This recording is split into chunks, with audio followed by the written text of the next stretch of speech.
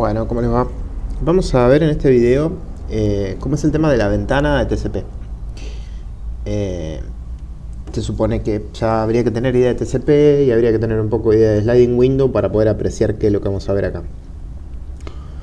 Por un lado, hay un programa que es un servidor, el mismo que estoy usando en casi todos los videos para este tipo de explicación.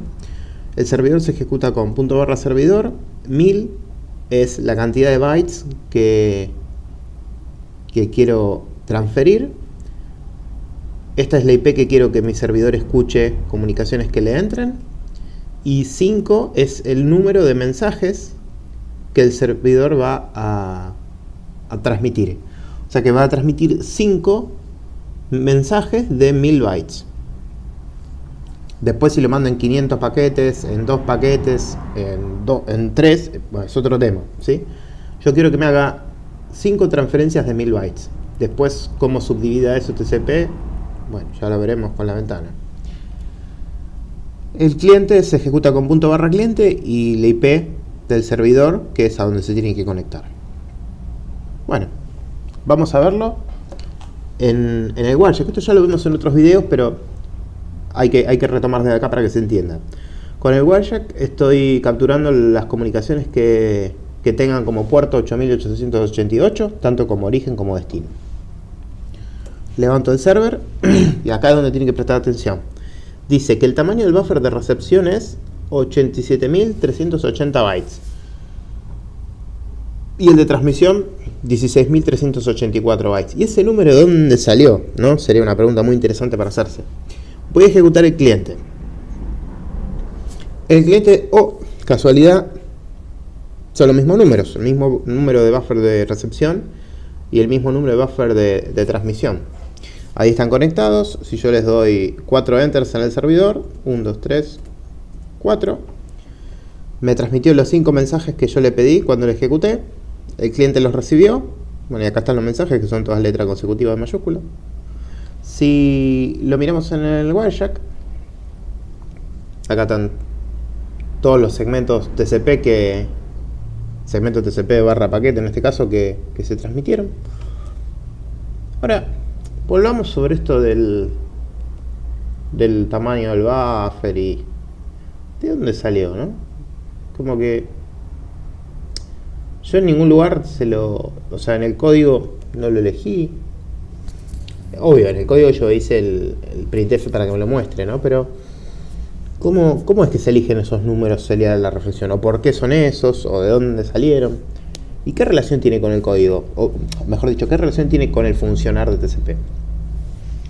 Tengan en mente este número. 87.380. Si vamos al Wireshark,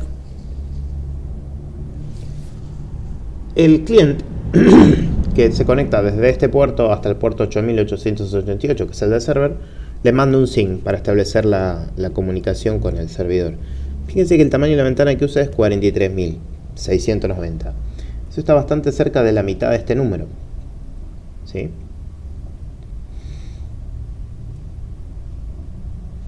Bien.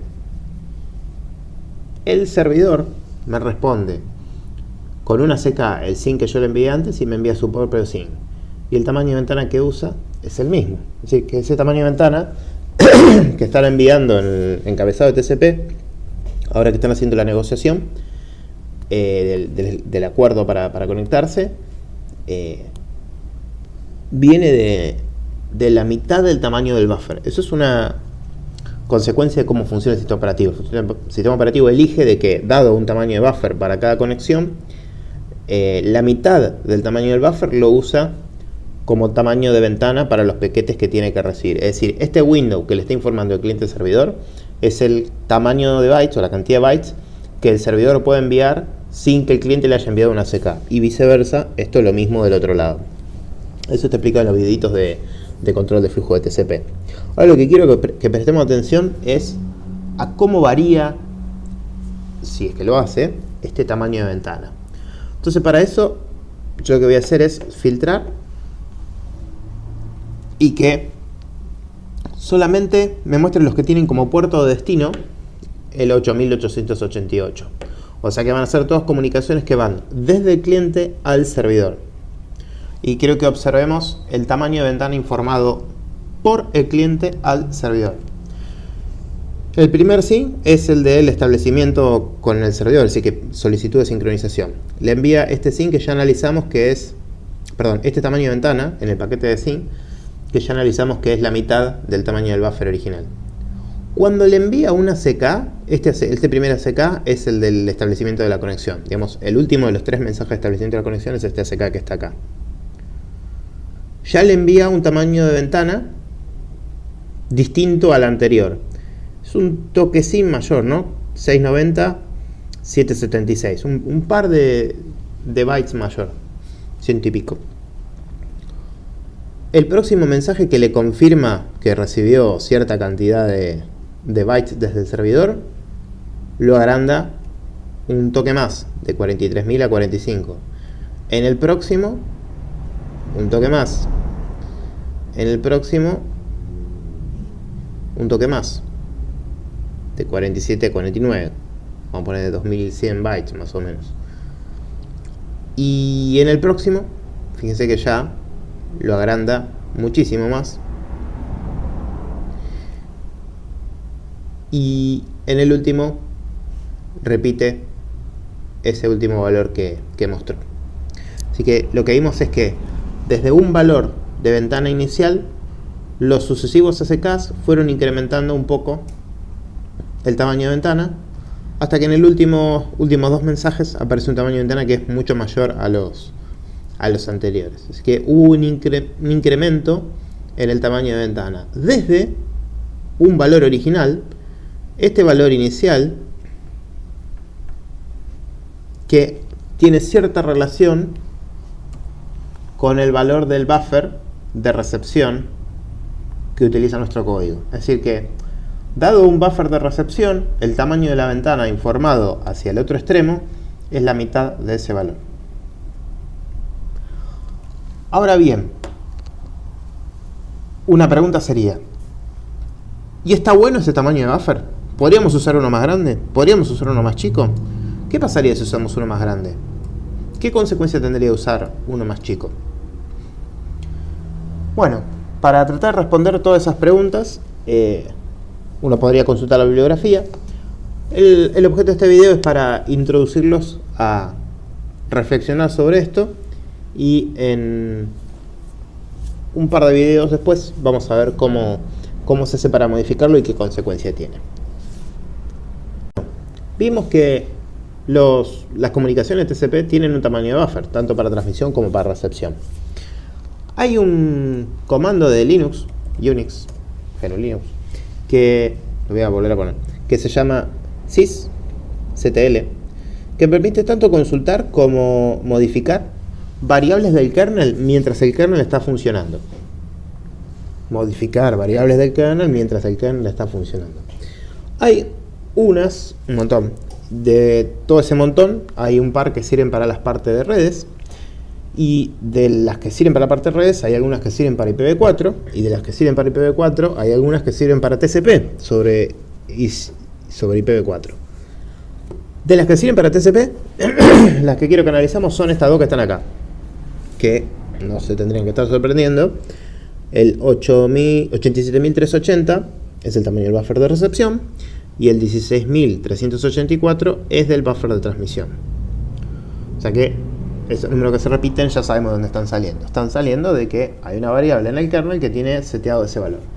Estos 3 valores correspondientes a estas 2 variables del kernel son RMEM, que sería el buffer de recepción, y WMEM, que sería el buffer de transmisión, ¿sí? ¿No? Lectura y escritura. Y tienen 3 números. Vamos a hacerlo tipo columna. Sería una columna, otra columna, otra columna. La primera columna indica el valor mínimo. La segunda columna significa el valor por defecto, que es el que se va a usar siempre. Fíjense que es el que está en nuestras comunicaciones. Y el último es el máximo al cual puede llegar. Entonces, nosotros teníamos un valor de buffer de recepción. La mitad del valor de buffer de recepción fue el tamaño de ventana informado entre extremos cruzados. O sea, yo servidor le digo la mitad de este número para que el cliente no me haga de paquetes y viceversa. El cliente hace lo mismo. Entonces, bueno, ya vimos de dónde sale ese número de ventana que TCP utiliza. Y aprendimos con este comando, con el sysctl, a ver cuáles son esos dos. Ahora lo próximo que podríamos hacer sería modificarlo, ¿no? Entonces, el valor default del buffer de recepción, que es el cruzado, el que informa TCP, lo voy a modificar. Le voy a poner, por ejemplo, está bien, vamos a ponerlo igual al mínimo, 4096 bytes. Con el atributo "-w" del comando sysctl, teniendo permiso de sudo, voy a modificar esta variable del kernel. Ya está. Para que esa variable del kernel tome efecto de forma inmediata, hay que luego setear en 1 la variable flash de root de IPv4 con ese comando que está ahí. Bien, entonces, habiendo modificado el buffer de recepción de las comunicaciones TCP que corren sobre IPv4, vamos a hacer lo mismo que en el video anterior. Voy a levantar el servidor y van a ver qué número va a aparecer. El buffer de recepción es, y me apareció el 4096, que es el valor mínimo que puede tener. Es decir, el que tomó fue el default, que es este que está acá. Y a su vez el mínimo es ese valor mismo. ¿Está bien? El buffer de transmisión yo no lo modifiqué, así que sigue siendo el mismo. Con el cliente me voy a conectar. Previo a conectarme voy a ir al Wireshark y voy a reiniciar la captura de paquetes para que no se nos mezclen, ¿sí? Y puerto destino no, me voy a quedar con todos los puertos que sean, todos los paquetes que tengan origen o destino 8888. Le conecto al cliente, se estableció la conexión, tengo los 3 paquetitos de la secuencia. Fíjense en qué tamaño de ventana tengo, 2048. 2048 es la mitad de 4096. 4096 es el buffer default, que es igual al valor mínimo, y el tamaño de ventana informado por los dos. Este es el tamaño de ventana que el cliente le informa al servidor, este es el tamaño de ventana que el servidor le informa al cliente. Como está hoy corriendo servidor y cliente en el mismo sistema operativo, veo el mismo tamaño de ventana informado, la mitad del tamaño de buffer de recepción que yo le di. Le voy a dar los 4 enters al servidor para que le transmita 5 mensajes de tamaño 1000 bytes al cliente. Ya se produjo la transferencia. Si voy a mirar el Wireshark, a comparación de antes vemos a simple vista mayor cantidad de paquetes.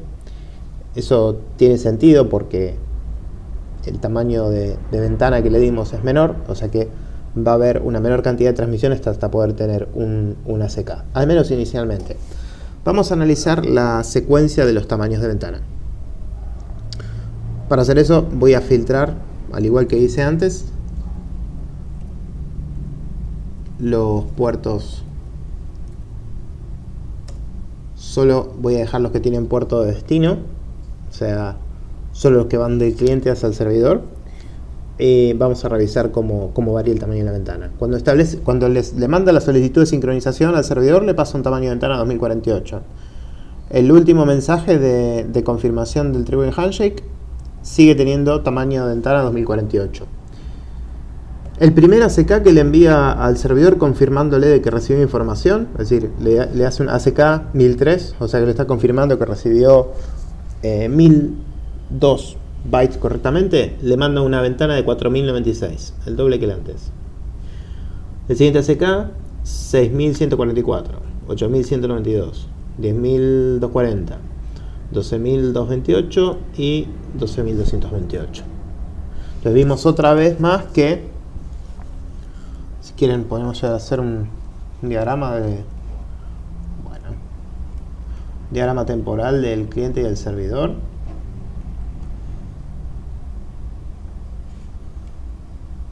Entonces primero están los 3 mensajes que establecen la sincronización.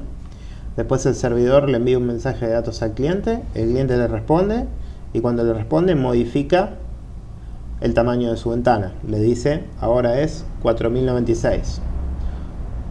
El servidor le envía un mensaje, el cliente se lo confirma y le vuelve a modificar la ventana. Le dice 6144. Así, cada uno de los mensajes va creciendo el tamaño de la ventana. Esto permite de que el servidor pueda enviarle al cliente una cantidad cada vez más grande de paquetes sin confirmar. Eso lo va a hacer hasta llegar al máximo valor de ventana que tenga establecido el kernel del sistema operativo que tiene corriendo este protocolo TCP. Si quieren podemos recordarlo.